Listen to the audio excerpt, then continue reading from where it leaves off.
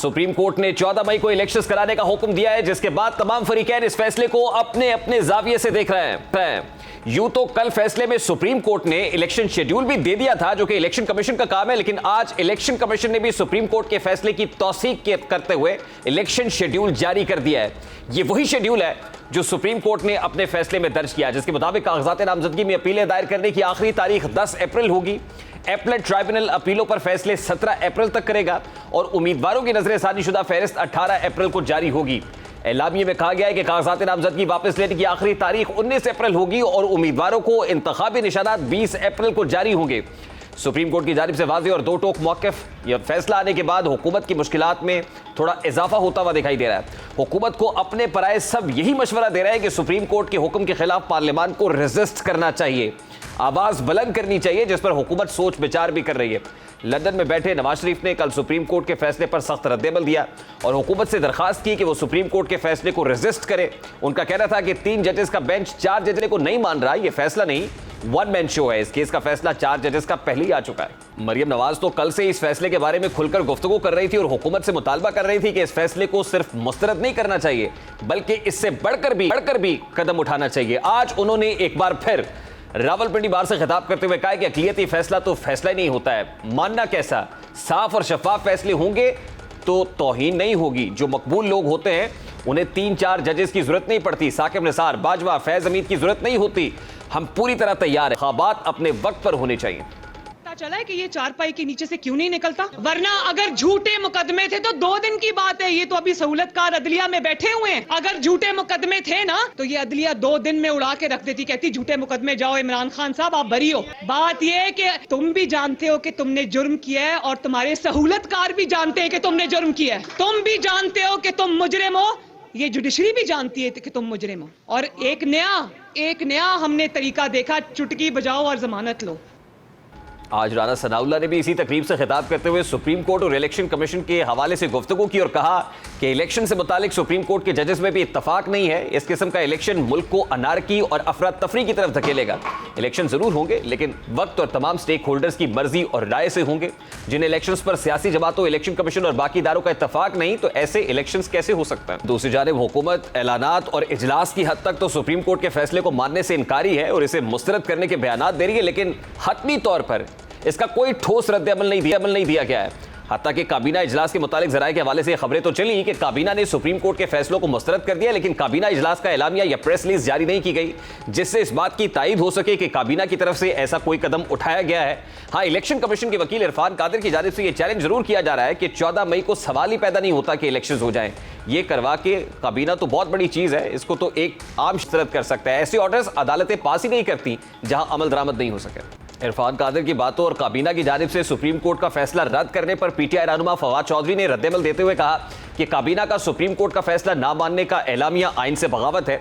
Supreme court का फैसला ना मानने वाले वज़रा के खिलाफ नाअहली का रेफरेंस दायर करेंगे। दूसरी जानिब आज इत्तेहादी जमातों के पार्लिमानी रहनुमाओं का इजलास भी इस्लामाबाद में हो रहा है और उम्मीद की जा रही है कि इस इजलास के बाद इज्तिमाई तौर पर मुतफ़िका लाहे अमल सामने आएगा। इस इजलास में मरियम नवाज, मौलाना फजलुर रहमान, राना सनाउल्लाह, शहबाज शरीफ और लंदन से वीडियो लिंक के जरिए नवाज शरीफ शरीक होंगे। सुप्रीम कोर्ट के 14 मई को इंतखाबात कराने के हुक्म के बाद से पीडीएम हुकूमत और इत्तेहादी सर जोड़कर बैठे हैं। अदालती फैसलों का तोड़ निकालने की कोशिश में, लेकिन हकीकत में वाज़े और दो टोक फैसले के बाद अब हुकूमत के पास ऑप्शंस इंतहाई महदूद है और जो ऑप्शंस मौजूद हैं उनमें भी नुकसान उठाने का अंदेशा है। सियासी तौर पर काउंटर प्रोडक्टिव भी हो सकते हैं। हुकूमत या तो सुप्रीम कोर्ट का फैसला यकसर मुस्तरद कर सकते, तौहीन अदालत लगने का खतरा मौजूद है, या फिर नया पास शुदा बिल लेकर उसकी आड़ में इंतखाबात को टालने की कोशिश की जा सकती है। लेकिन दोनों सूरतों में शायद बयानिया तो मिल जाए, लेकिन एक और वज़ीर आज़म इस पादाश में अदलिया के हाथों घर भी जा सकता है। ऐसी बातें भी हो रही है। बात करेंगे इस वक्त सरबराह पिलडैट, सीनियर साहब कॉलम नवीस और तज्जियाकार अहमद बिलाल महबूब साहब हमारे साथ मौजूद है। अस्सलाम वालेकुम अहमद बिलाल साहब, बहुत बहुत शुक्रिया आपके वक्त के लिए। सर, सबसे पहले तो बड़ा सादा सा सवाल है, गुज़श्ता रोज सुप्रीम कोर्ट ऑफ पाकिस्तान के फैसले पर कहा जा रहा था कि इलेक्शन कमीशन का किरदार भी सुप्रीम कोर्ट ने फैसले में अदा कर दिया है। इलेक्शन कमीशन इसको रिव्यू में जाएगा, लेकिन इलेक्शन कमीशन की तरफ से सुप्रीम कोर्ट के फैसले की तायद होना, तौसीक कर देना, क्या आप देख रहे हैं कि इंतखाबात तो अब 14 मई को ही होंगे? मेरे ख्याल में इलेक्शन कमीशन को उसके ओवरऑल फैसले की तो तायद ही करनी चाहिए थी, क्योंकि उन्होंने कोर्ट के अंदर भी ये कहा था कि हमें सरकारी इदारों की तरफ से जो मतलूबा तावन है वो मिल जाए, तो हम ये इलेक्शन करवा सकते हैं फ्री एंड फेयर। ये कोट किया हुआ है सुप्रीम कोर्ट ने अपने फैसले के अंदर कि इलेक्शन कमीशन ने ये बात कही है, बल्कि इलेक्शन कमीशन का जो सुप्रीम कोर्ट का फैसला आया है उसका बड़ी हद तक दारोमदार इसी बात पे था जो इलेक्शन कमीशन ने उनको बताया कि हम करवा सकते हैं, हमें पैसे दिलवा दें और सिक्योरिटी दिलवा दें, और वो उन्होंने इंस्ट्रक्शन दे दी है। तो इलेक्शन कमीशन का तो इस पर कभी इख्तलाफ था ही नहीं। ये तो मामला सरकारी इदारों का है जिन्होंने माजरत कर ली थी कि वो ये चीजें फराहम नहीं कर सकते जिसका तकाजा इलेक्शन कमीशन कर रहा है, तो जिसकी जरूरत हर इलेक्शन कमीशन को होती है।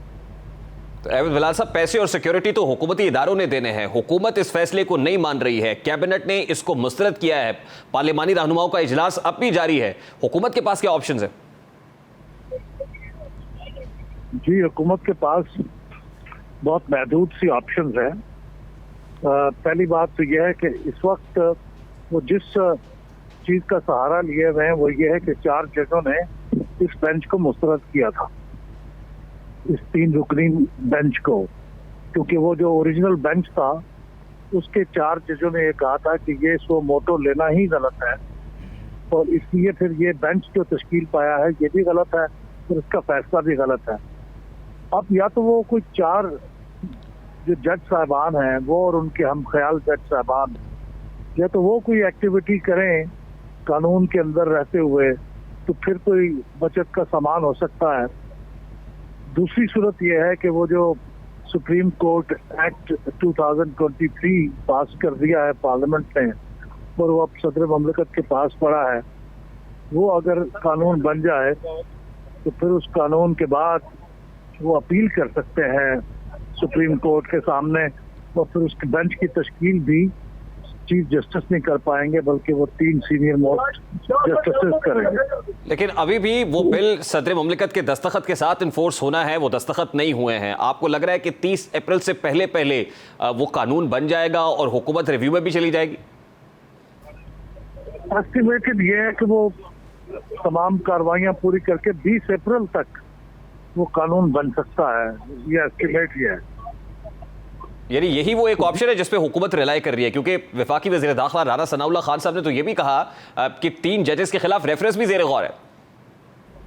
जी हाँ, ये भी उनको करना चाहिए। अगर वो बाकायदा वो रिजेक्ट कर रहे हैं तो रिजेक्ट करने के बाद इसका मतलब है कि वो जिस तरफ खड़े हैं वहाँ पूरी तरह खुल के खड़ा होना पड़ेगा।